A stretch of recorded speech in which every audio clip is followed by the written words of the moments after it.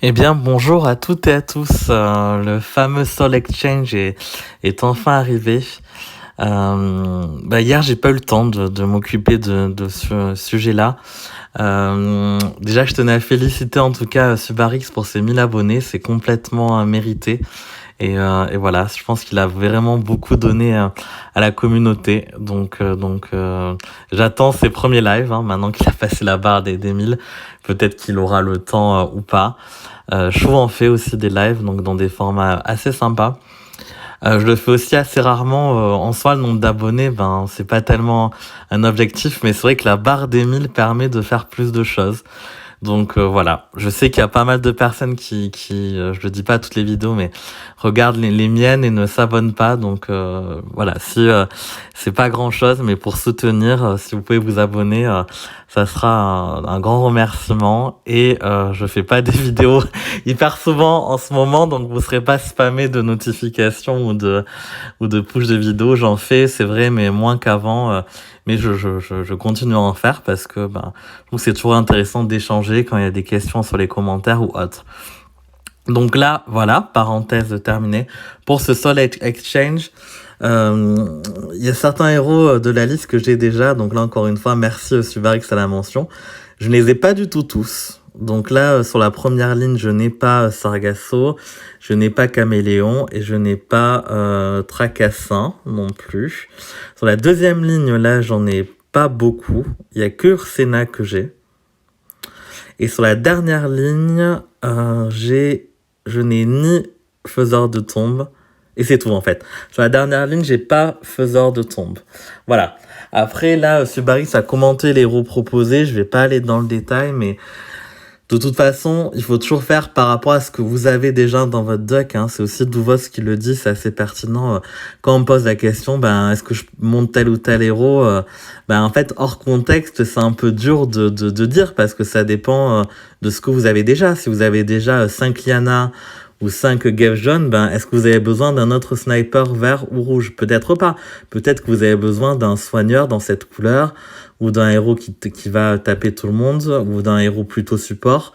Donc voilà, quand vous demandez plutôt ce héros ou ce héros-là, ça demande un effort supplémentaire, mais c'est bien de préciser qu'est-ce que vous avez déjà de monter dans cette couleur. Parce que dans l'absolu, des fois, on peut pas répondre blanc ou noir, ça dépend vraiment de ces paramètres-là.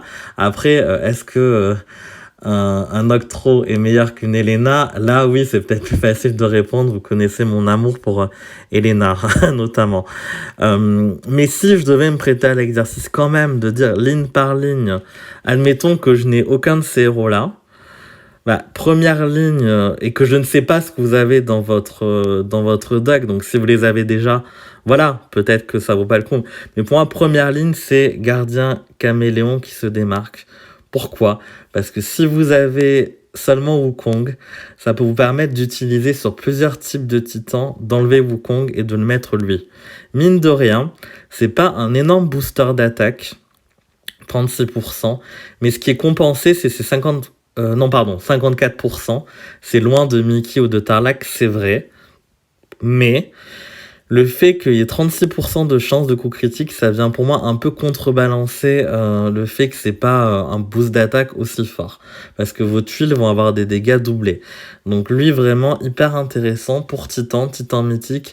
Et même en équipe d'attaque, il est utilisable dans certains cas. Donc il a des stats pas trop horribles, à 780 de puissance.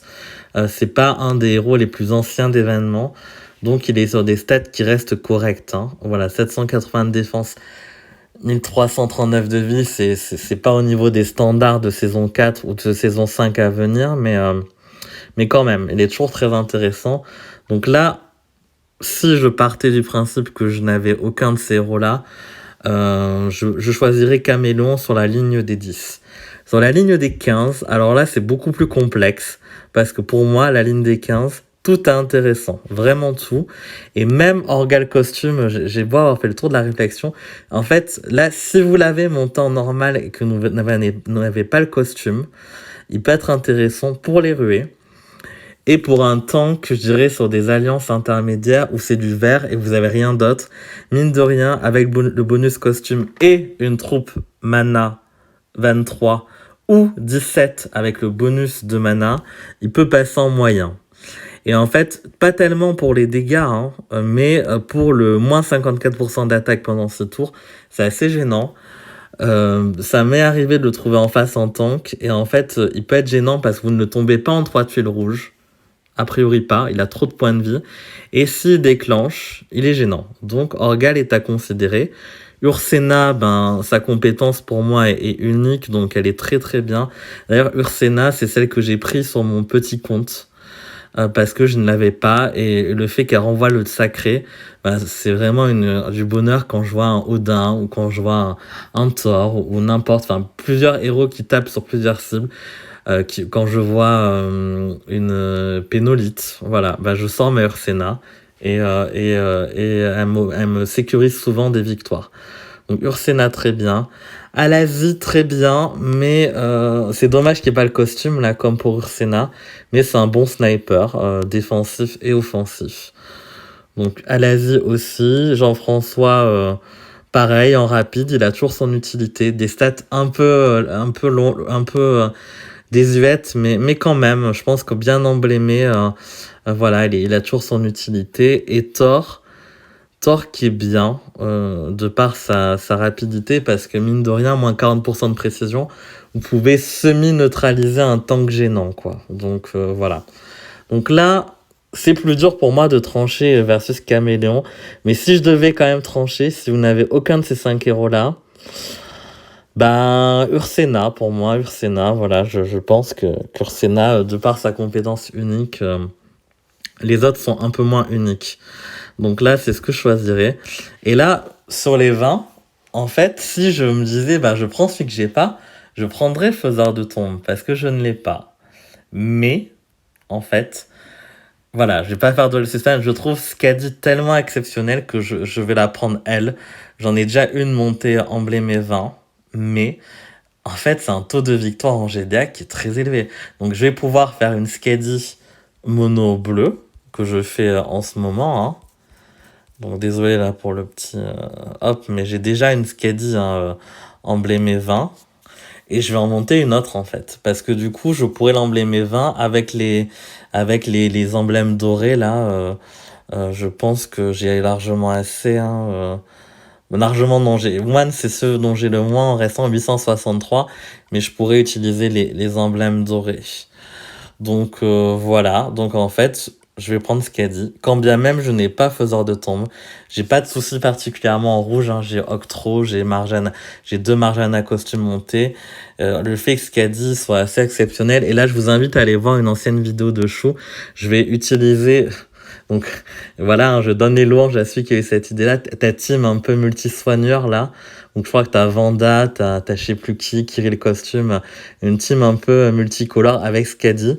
Comme ça, dès que je vois une Bera ou une Freya en face, on est dans un contexte où il y a beaucoup de GDA avec des tanks violets, et Bera et Skadi, et Bera et Freya sont souvent là. Donc j'aurai une team Skadi avec un mono bleu ou un 4-1 avec 4 bleus, et une team Skadi avec plein de soigneurs en utilisant sa compétence. Voilà. Donc c'est parti. Je vais sélectionner les héros à échanger. Donc là, sur l'autel du sacrifice, hein, ça, mais quelle libération, parce que bon, les Iris se seront virés plus tard, mais je vais virer ces 5 Elradir, 5 Malikna, et les Nords. Les Nords, ça dégage. Vraiment, les Nords, j'en pouvais plus. Donc là, ça libère de l'espace, et une Clarissa. Donc les 20 sont sélectionnés, et je vais échanger Skadi. Est-ce que je veux échanger? Oui.